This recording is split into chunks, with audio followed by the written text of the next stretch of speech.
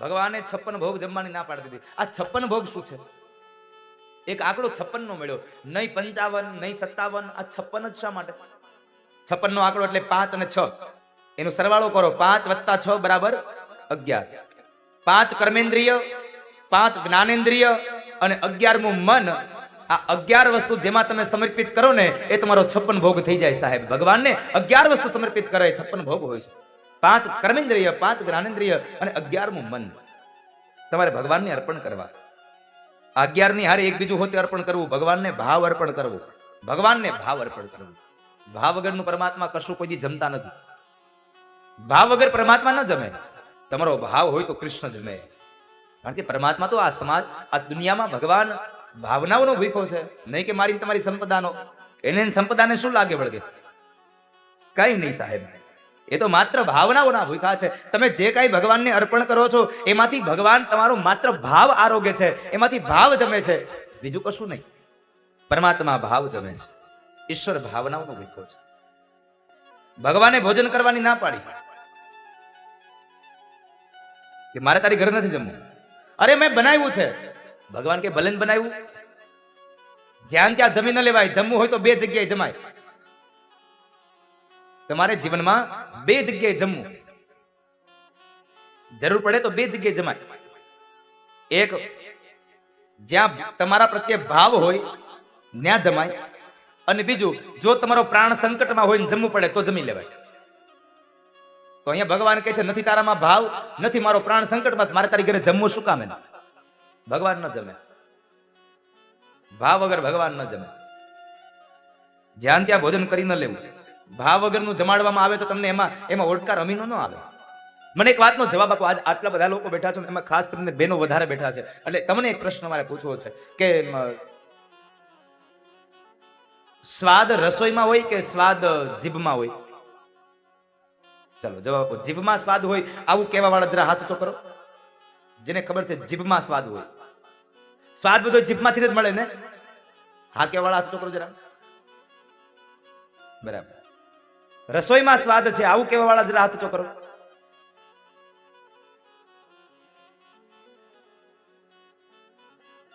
બરાબર.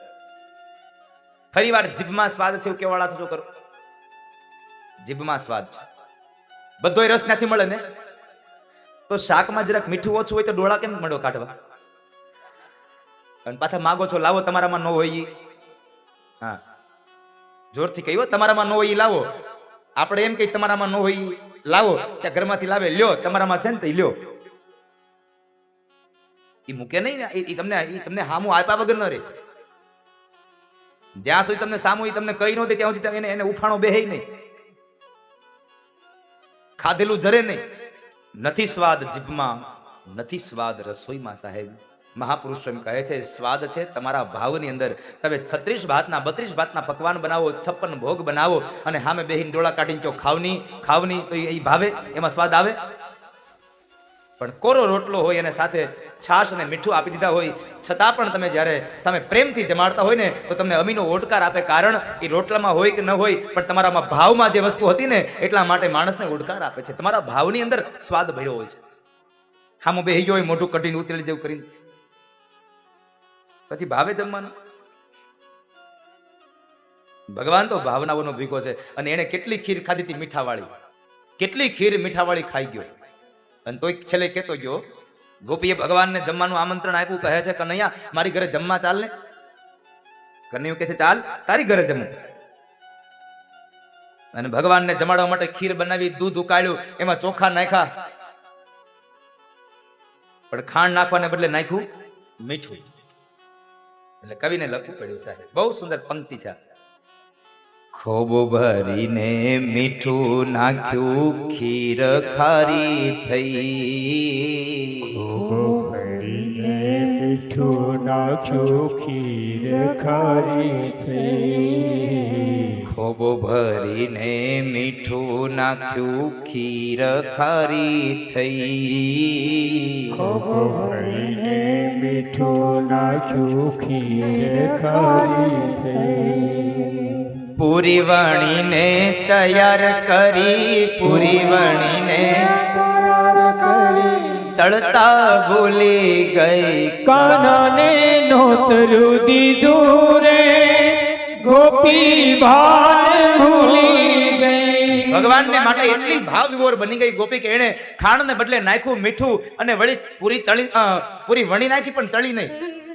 ભગવાન જમવા આવ્યા, ન ભગવાનને આસન આપ્યું, ન ભગવાનને થાળી આપી, પાટલા ઉપર પીરસી દીધું અને પોતે ભગવાનની પેલા જમવાનું ચાલુ પડી ગયું.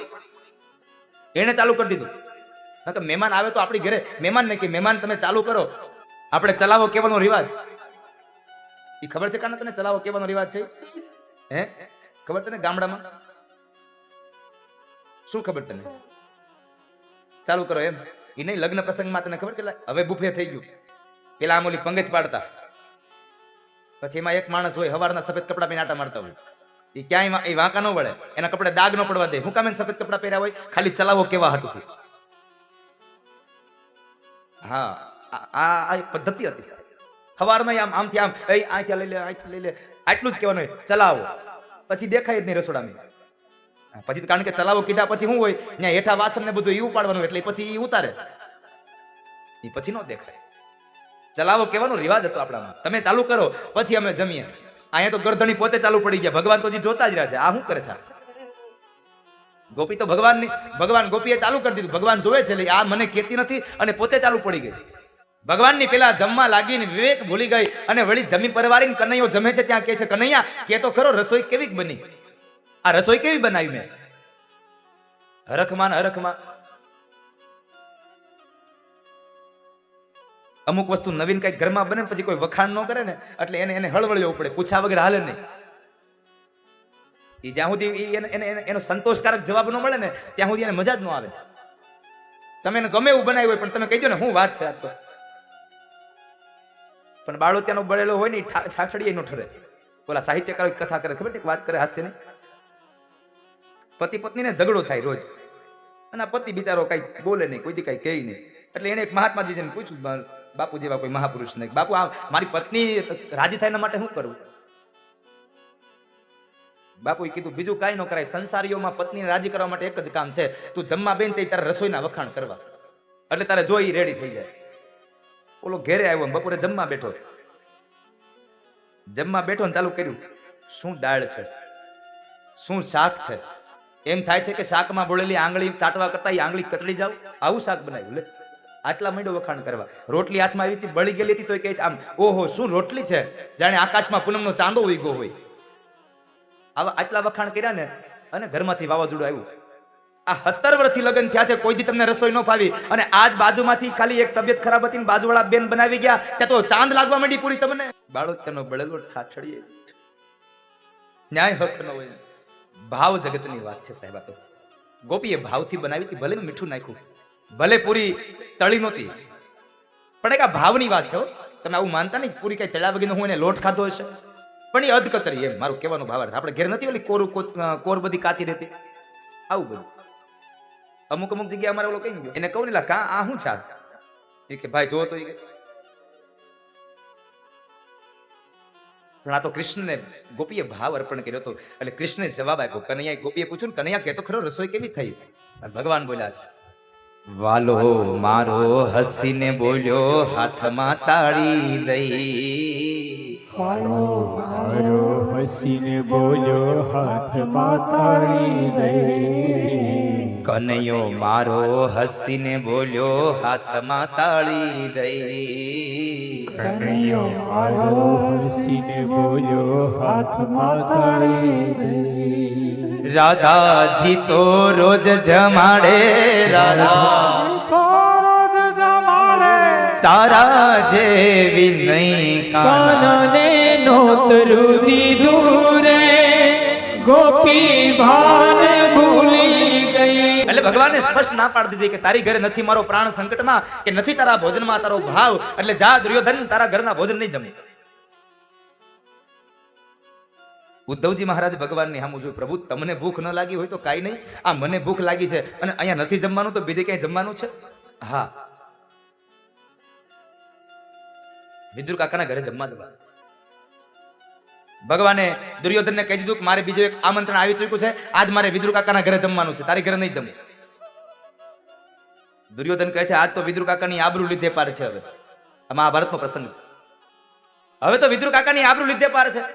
આ એની ઘરે જમવા જવાનો છે ને, કઈ વાંધો નહીં.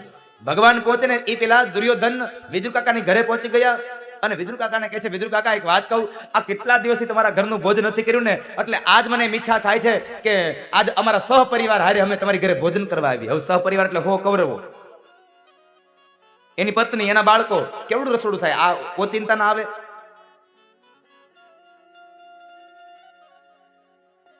ઓચિંતા ના આવે ને પછી રસોઈ બને, એમાં શું હોય? એમાં ભાવ ન હોય. તમે જુઓ ભાવનો કેટલો ફેર પડે.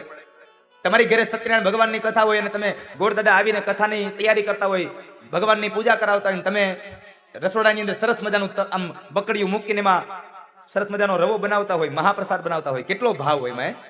દૂધ નાખે, ખાંડ નાખે, ઘી નાખે, જાયફળ નાખે, એલચી નાખે, કેવો સરસ મજાનો એને આમ ચીકણો ન થાય એવો રવો બનાવે. અમુક અમુક ઘરે રવો ખાવા દે ને, આમ આમ આમ આમ ખાવા દે ને તો સોટું હાથમાં ચોટી દે.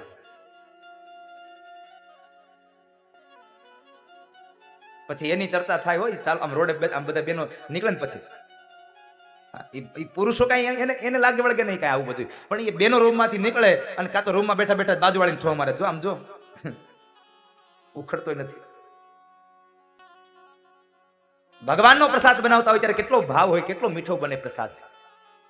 કારણ તમારું ચિત્ત ભગવાનમાં હોય, તમારું મન ભગવાનમાં હોય. આજ મારી ઘરે ભગવાન પધાર્યા છે, આજ મારી ઘરે ભગવાનની પૂજા થાય છે, આવો ભાવ હોય. એટલે ભગવાન પ્રત્યેનો ભાવ હોય ને એટલે સરસ મજાનો એ રવો બને. પણ એનો એ રવો તમે જોજો, એટલી ને એટલી સામગ્રી હોય, એટલું જ ઘી, એટલું જ દૂધ, એટલું જ જાયફળ, એટલા જ તમારા એલચી, એટલા જ સૂકા મેવા, એટલી જ વસ્તુ, એટલી જ ખાંડ, બધું હોય. પણ તમારી ઘરે મહેમાન આવ્યા ન હોય ને તમને 12 વાગે બરાબર જમવાના ટાણે ફોન આવે, સાંભળ્યું મહેમાન આવ્યા છે 3 જણા, રવો બનાવો, અને ઈ જે રવો બને વહેલા આવતા હોય તો એમાં સ્વાદ ન હોય સાહેબ, કારણ એમાં ભાવ ન હોય. એમ થાય હમણાં બકડિયાનું તળિયું કાઢી નાખશે, ધડાધડી.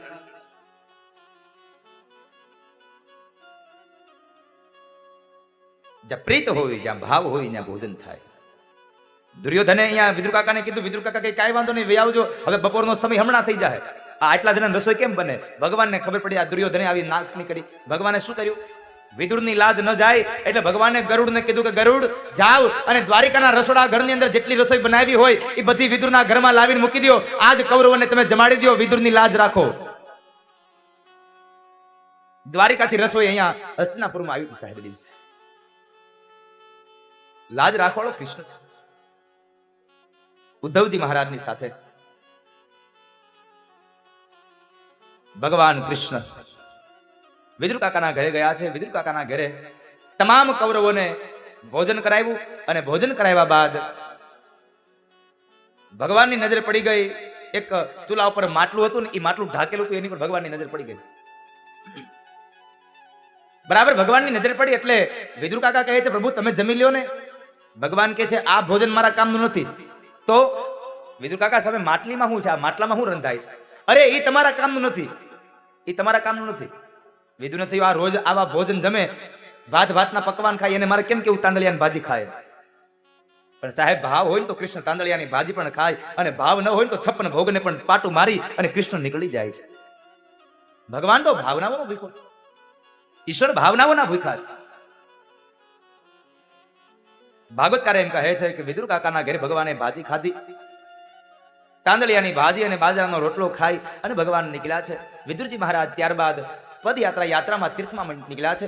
ઘણા વર્ષોનો સમય વ્યતીત થયો અને એ સમય બરાબર યાત્રા કરતા કરતા યમુનાના કિનારે પહોંચ્યા અને એ યમુનાના કિનારે ભગવાનના ચરણ પાદુકાઓને લઈ અને ભગવાનના અંતરંગ સખા ઉદ્ધવજી મહારાજ પધાર્યા છે. ઉદ્ધવજી મહારાજની સાથે મિલન થાય. ઉદ્ધવે સમાચાર આપ્યા કે ભગવાન સ્વધામ ગમન થયા. વિદુરને ખૂબ દુઃખ થયું છે, અત્યંત દુઃખ થયું. ઉદ્ધવ, અમારી ઘરેથી ગયા પછી અત્યાર સુધીમાં ક્યારેય મને કોઈ કૃષ્ણ યાદ કર્યો તો? અને ઉદ્ધવ, જો હું ભાગ્યશાળી હોઉં ને તો એક કામ કરો ને, ભગવાન સાથે તમે રહીને જે કઈ ભગવાને જે કઈ વાતો કરી હોય ને કૃષ્ણએ, એ કૃષ્ણની વાતો મને સંભળાવો ને, એ જ્ઞાનની સત્ય કથા મને સંભળાવો ને. જો હું ભાગ્યશાળી હોઉં તો. અહીંયા ઉદ્ધવે એક બહુ સરસ મજાની વાત કરી છે. કાકા, મારી દ્રષ્ટિમાં આ દુનિયાનો સૌથી ભાગ્યશાળી નસીબદાર કોઈ જો વ્યક્તિ હોય ને તો વિદુર કાકા તમે છો. ઉદ્ધવ, હું છું. શા માટે? એટલા માટે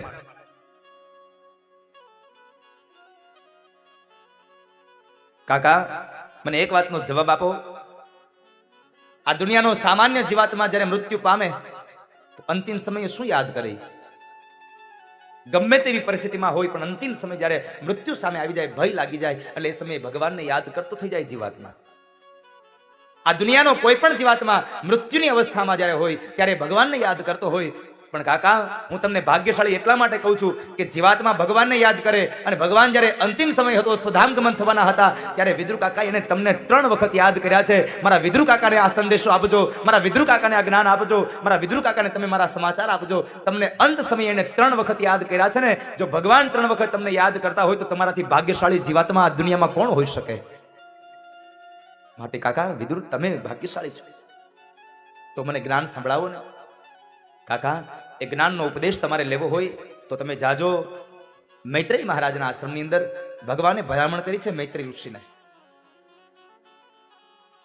એક રાત્રિનો સમય યમુનાના કિનારે રોકાયા.